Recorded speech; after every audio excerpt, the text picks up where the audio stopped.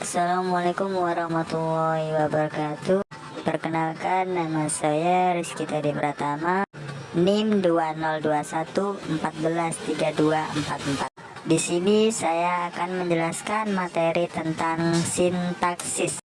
Yang kita bahas adalah sintaksis bidang linguistik umum yang lain. Selain fonologi dan morfologi, setelah kita paham fonologi tentang bunyi bahasa, morfologi tentang morfem atau sesuatu hal yang membentuk kata, sekarang kita membahas tentang sintaksis. Sintaksis itu merupakan suatu bidang dari mikrolinguistik atau ilmu bahasa. Melihat dari sistem kebahasaannya yang mempelajari tentang seluk-beluk aturan dalam tata bahasa.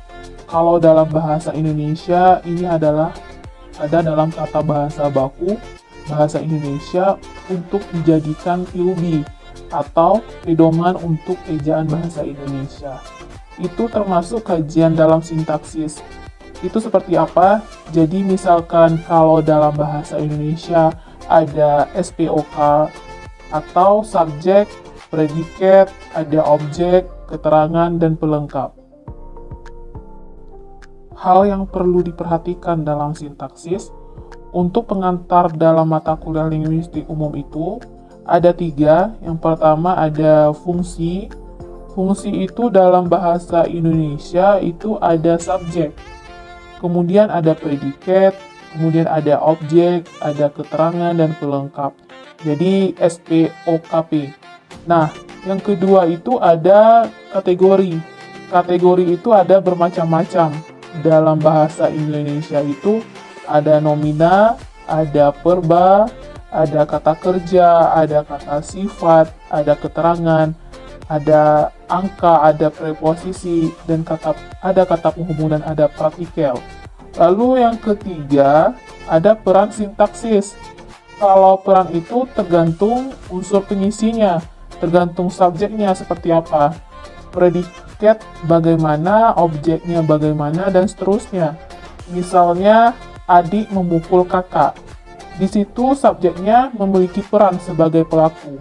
Kakak sebagai objek itu memiliki peran sebagai korban atau pasien. Terus, kemudian, memukul itu perannya aktif, melakukan tindakan. Jadi, adik memukul kakak itu perannya adalah pelaku aktif melakukan pekerjaan dan korban adiknya, memukul kakak. Nah, sebenarnya itu banyak sekali pembahasannya. Kalau untuk linguistik umum, yang penting kalian paham dasarnya saja. Kalau fungsi, kategori, dan peran, dalam fungsi itu ada SPOKP. Kategori itu ada nomina, ada verba, ada adjektiva, dan sebagainya. Dan peran tergantung posisinya. Cukup itu saja dipahami dalam linguistik umum dalam sintaksis. Lalu, untuk satuan sintaksis itu ada 5. Pertama ada kata, ada frasa, lalu ada klausa, ada kalimat, dan wacana. Kata itu diperoleh berarti sintaksisnya itu atau perannya itu pasif, bukan aktif. Kalau memperoleh berarti dia aktif, itu hubungannya dengan morfologi. Jadi ada bacaan morfosintaksis.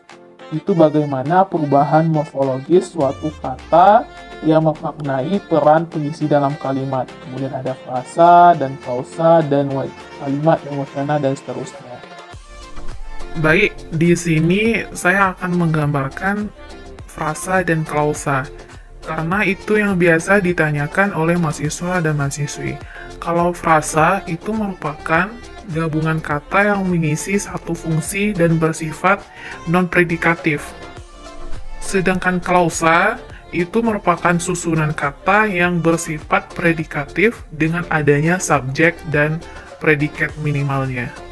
Misalkan rumah sakit, baju merah, gadis cantik, terus pria tampan itu merupakan frasa. Karena apa? Karena frasa merupakan gabungan beberapa kata lebih dari satu, tapi tidak bersifat predikatif. Misalkan pria tampan, itu tidak ada verbanya, pria itu nomina, tampan itu adjektiva, atau gadis cantik. gadis itu nomina dan cantik itu adjektiva. Itu tidak ada perbanya, sehingga itu bisa disebut sebagai frasa. Nah, yang paling penting, frasa ini mengisi satu fungsi dan bersifat non-predikatif. Dalam arti, frasa itu bisa mengisi unsur fungsi dalam sintaksis.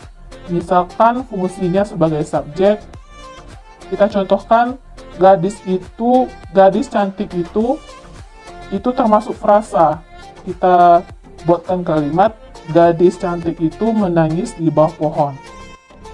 Gadis cantik itu subjek, menangis itu predikat, di itu preposisi, dan di bawah pohon itu keterangan. Gadis cantik itu frasa, terus menangis itu kata, di itu preposisi, bawah pohon itu kata. Jadi bawah pohon itu termasuk frasa karena bersifat non-predikatif. Terus kemudian, klausa itu susunan kata yang bersifat predikatif dengan adanya subjek dan predikat. Kita contohkan untuk klausa. Misalnya, adik menangis itu termasuk klausa. Adik makan termasuk klausa. Yang penting ada subjek dan predikatnya. Kalau adik itu subjek, menangis itu predikat. Kalau adik itu subjek dan makan itu predikat. Yang penting ada subjek dan predikatnya. Lalu apa bedanya klausa dengan kalimat? Kalau klausa itu susunan kata yang bersifat predikatif, dalam arti ada predikatnya. Sedangkan kalimat itu susunan kata yang bersifat predikatif sekaligus menyampaikan makna dikira. Klausa itu bisa berdiri sendiri, bisa juga dia independen atau tergantung. Biasanya kalau dia berdiri sendiri, dia menjadi kalimat atau disebut klausa inti. Kalau dia tidak bisa berdiri sendiri, dia disebut independent clause atau anak kalimat. Nanti dalam pembahasan sintaksisnya, ada dijelaskan lebih detail lagi bagaimana frasa dan klausa. Untuk kalimat dan wacana, sama itu ada susunan kata yang bersifat predikatif dan menyampaikan pesan dalam pikiran. Dan wacana merupakan gagasan utusan dalam paragraf yang memiliki ide pokok dari seseorang.